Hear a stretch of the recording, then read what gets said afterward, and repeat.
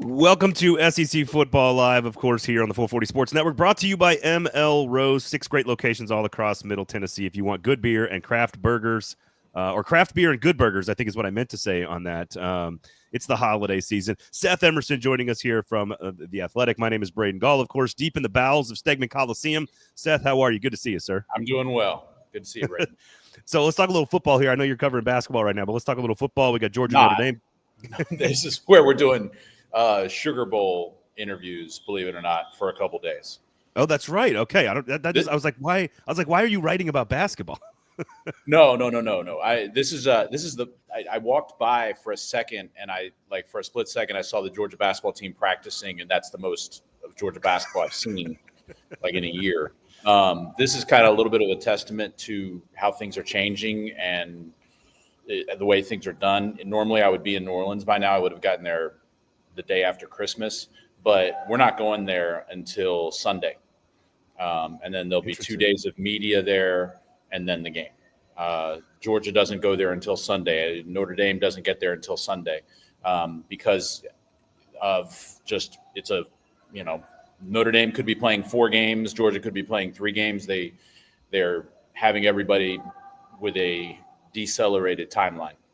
Do you think that I know that affects like reporting and how we interact with people, but how does that affect the teams in your opinion at all?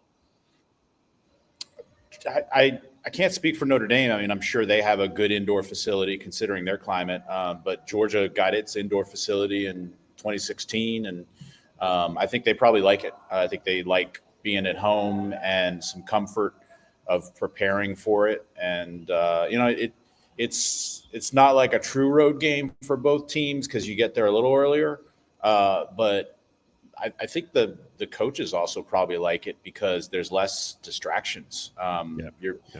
The drawback is it's really not a typical bowl. Like the bowl experience for playoff games just isn't really there anymore. You're not going to Disneyland when you're at the Rose Bowl. I don't think they're not like. Players aren't going to be seen on Bourbon Street and Canal Street, but it's more all business, and I think the coaches probably like that. So quickly, where is Georgia at health-wise? What has the layoff done for them? We know about Carson Beck's injury, and we know Gunner Stockton's going to start, so we'll talk about that in a second. But just in general, relative to the rest of the season, where is this roster right now, in your opinion? Well, a couple tailback injuries cropped up over the last as the team got back to Athens and started practice, Branson Robinson and Roderick Robinson, probably their 2 most physical running backs, look like aren't going to play. They aren't like the top 2 running backs are Etienne and Frazier. Cash Jones actually even gets more carries, but Roderick and Branson Robinson, like I said, are their 2 most physical backs. So they're being out could affect the game plan. Other than those 2, and obviously Carson Beck, this team is as healthy as it's been all year. Their defense, they've gotten a lot healthier. That may have been reflected in the performance in the second Texas game. And the offense, the offensive line is as healthy as it's been all year. That it'd been kind of a revolving door there all year. And receivers and tight ends are in pretty good shape too, which is going to help Gunner Stockton out. Well, I think the change of the game plan is what's interesting to me with Stockton. Obviously, I anticipate in a game that could be very low scoring with a coaching staff that likes to sort of let the defense lead the way. I can imagine them leaning on the running game with Frazier and with Jones and with Etienne and maybe even using Stockton. I imagine Notre Dame is probably going to set up the same way with a deep backfield and a powerful quarterback that likes to run the football. Is that the right is that the that we know that I know that kind of thing? Like that Marcus Freeman knows that's probably what Georgia wants to do, or is that too obvious? Like, where are you at on how the offense changes with Gunner Stockton in the lineup? Well, I think you're going to see Gunner Stockton throw more than he did in the SEC championship. The impression that people got the first time they seen him was that they didn't trust him to throw very much, and maybe because of the situation they didn't, because he was thrust in there. But also, I think there was a little bit of Texas had game plan for a pure pocket quarterback in Carson Beck. And so Georgia suddenly had a dual threat quarterback in there. So Mike Bobo and company said, well, let's exploit that. with more time to prepare, and they've known that it was going to be Stockton since. I mean, there was for a couple weeks, maybe a week after the game, there was some maybe about Carson Beck, but it had been apparent for a while, for a few days before he got the surgery, that it was going to be Stockton all the way.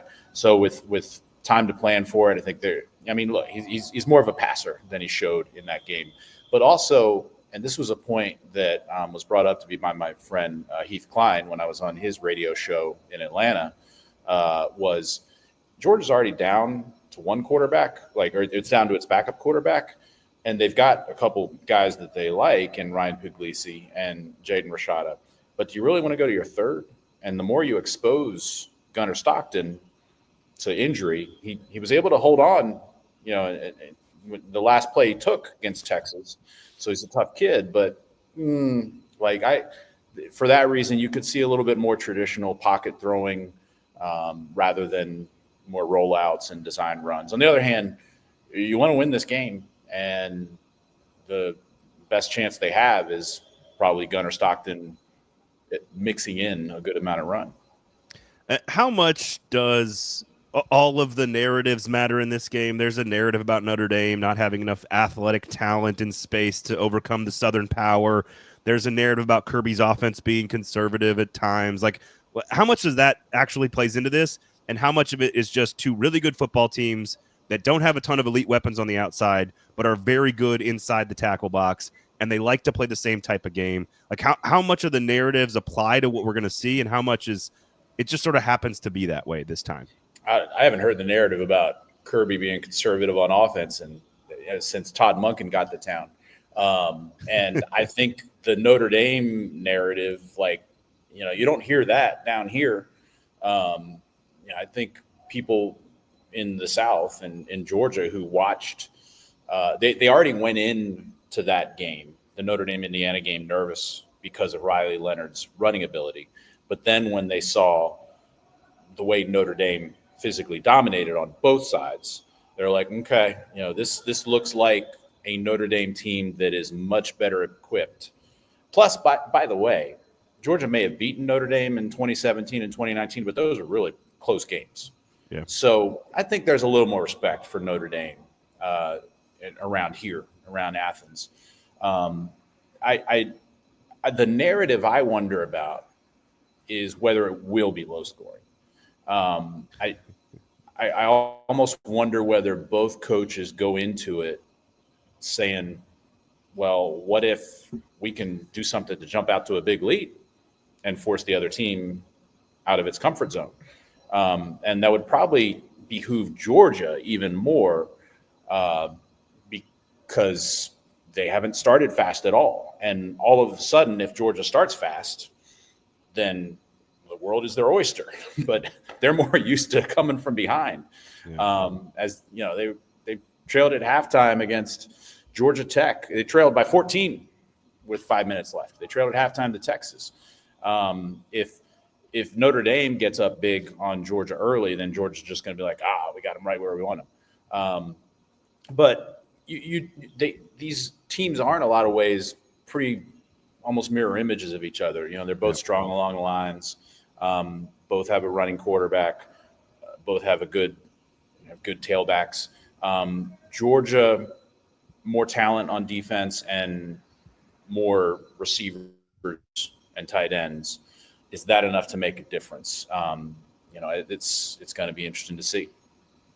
I know Georgia's played a lot. I know a lot of this is made of the schedule for Georgia being so difficult. I know Kirby has talked a lot about the schedule being difficult. Notre Dame, it's one of those moments where it's true that Georgia has been more tested and has played a tougher schedule, but it may not mean anything in the game. The thing that I keep coming back to, and I don't know how you feel about this, is watching the Texas game in the SEC Championship. That was as physical a football game as I've seen by two teams in the entire sport this year. And Notre Dame has been able to do that to its opponents, but a lot of times that's Indiana or Navy or Army or USC, and the other team doesn't punch back the way Georgia normally does or the way Texas did against Georgia. I'm curious if you think that's the deciding factor in all of this, is that Notre Dame's physical, they're going to punch you, but they're not used to getting punched back as much as Georgia's going to give them for 4 quarters. Yeah, Georgia certainly hopes that's the factor, and there's precedent for the teams that give Georgia problems are not only the ones with dual threat quarterbacks, which obviously Notre Dame has, but ones that are built like that. But also ones that have really outstanding wide receivers and really outstanding athletes. And I mean, I'm kind of naming everything you want in a team, like physical, outstanding weapons, really good quarterback who can run. Which again, like who has Georgia lost to in the last 4 years? They've lost to Alabama. They've lost to Ole Miss this year. And that's it. They nearly lost to Ohio State 2 years ago in the Peach Bowl. But then this year, you now throw in a bunch of games that they almost lost. Georgia Tech, not nearly at their talent level, but a running quarterback. Kentucky, not nearly at their talent level. That was just kind of a putter around game. And Texas is right there with them and was right there with them. They went to overtime the second game. So there's just a lot there that we're going to be able to look back on when whoever wins this game and say that, of course Georgia won that game, or of course Georgia lost that game. There's little areas that Georgia should have an advantage, like weapons other than quarterback and running back, where Georgia has more, and also just overall defensive talent. But the story I'm writing on, it'll be up by the time y'all out there listening to this, watching this, but is the X factor of which Georgia's defense is going to show up. Yeah. Like if it's the one that's beat Texas twice and was really good twice and creating a lot of havoc in those, a lot of negative plays in both those games, Georgia's going to win the game unless Gunner Stockton turns it over 5 times. Yep. But if it's a Georgia defense that struggled at times against Georgia Tech, against UMass of all people, and a few other games, they've had some just kind of bonehead drives and given up too many explosive plays, and then Notre Dame's going to win this game. I do have a lot of – I would love to know what defensive coordinators like how often they're calling Mark Stoops and being like, what have you figured out? Like what is it? Like Stoops, there's not, to your point, that Kentucky game was such like a nondescript game. Beck didn't turn it over. That wasn't one of Beck's turnover games. Yeah, right. And they just, but like they somehow have they know how to play against Georgia. I don't know. It's a weird observation that Kentucky's done that very well. What's up with Kirby? I know you wrote about this. I know he's been sort of a different guy in general. How much of a factor is that in all of this? How much is it a factor in their entire playoff run? Is it just you wrote about this sort of him being a little bit more comfortable in his skin, a little bit more of sort of the patriarch of the sport at this point? So what is it about Kirby that's different, and how does that affect the team? I think part of it is, and what we're talking about is how outspoken he's been, mainly in post game, like after the game in Austin, saying they tried to rob us, with the debris throwing, reversing of the pass interference. But after the Tennessee game, saying, taking a shot at the selection committee. After the SEC championship, seemingly taking a shot at Greg Sankey and the SEC office for the schedule. And there's been other kind of smaller moments here and there. But, I asked Kirby about it, and he said, well, this was pre-SEC championship. He said, those were just instances where I'm fighting for my team. I think some of it is I talked to Paul Feinbaum for this story. One of my theories is that they've just been a more inconsistent team, and that Kirby is very much like Saban and a lot of coaches, that when you're at the top, when you're doing well, you're trying to knock your players down a peg by criticizing them. When you're struggling a bit, you're more rallying, us against the world. And so I think it's partly that, partly Paul Feinbaum's opinion, and I think he's right about this, is that the pressure's kind of off Kirby. Like before they won the first championship, it was, when are you going to get over the hump? And then it was like, that didn't alleviate. I mean, that alleviated some of the pressure, but then like as soon as they went out and spanked Oregon in the next game, it was like, okay, is Georgia going to repeat? And then they did. And then last year it was the pressure of three-peating, which they didn't. Now, nobody's getting fired if Georgia doesn't win the championship. And in a way, I think they're kind of playing with house money. Like if they go one and done to Notre Dame here, people are going to be mad, but you could say they lost their starting quarterback. So, and I think in a lot of ways, just the pressure's off Kirby. Yeah, I tend to agree. All right, if you're coming to Nashville, Seth, make sure you swing by an ML Rose location. 6 great locations. We know a lot of Georgia fans in the Nashville market. We know there's a lot of folks visiting from SEC schools into the Middle Tennessee area. We've got 6 great locations all over the area, and of course, they are they have the best beer and the best burgers in town. So make sure you swing by one of those great locally owned burger shops here. At ML Rose. And make sure you check out all of Seth's work over at the Athletic. You can catch him there. Subscribe, pay for good journalism. So if they is this team, are they the team that's coming back from being down and making great second half comebacks and playing with great intestinal fortitude and challenged through a great tough schedule with a great roster and the best program in the country, and they're going to win the whole thing? Or is this the team that sort of sleepwalks through the first half at times? What's the end game for this team? I mean, I don't know. I would not put a significant amount of money on a Georgia result at this point. They could go one and done. They could lose to Notre Dame, or they could.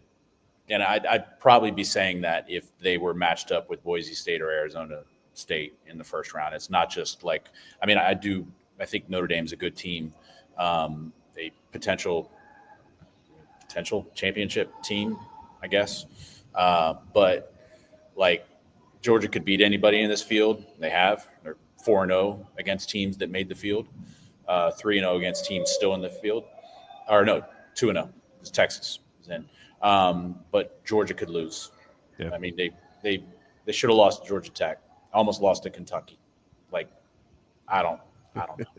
Which means tune in. It's going to be fun football. Yep. Anyway, I'll let you get back to it. Thank you so much, Seth. Check out The Athletic as well, of course. And ML Rose. My name's Braden Gall. Thanks for listening. Rate, review, subscribe, all that great stuff. Have a great New Year's. Have a safe trip to New Orleans. Go check out Bacchanal, by the way, out in the Art District, okay? All right. Go check out Bacchanal in the Art District. I promise you will not be disappointed. For Seth, I'm Braden. Thanks for listening, everybody. We'll talk to you next time.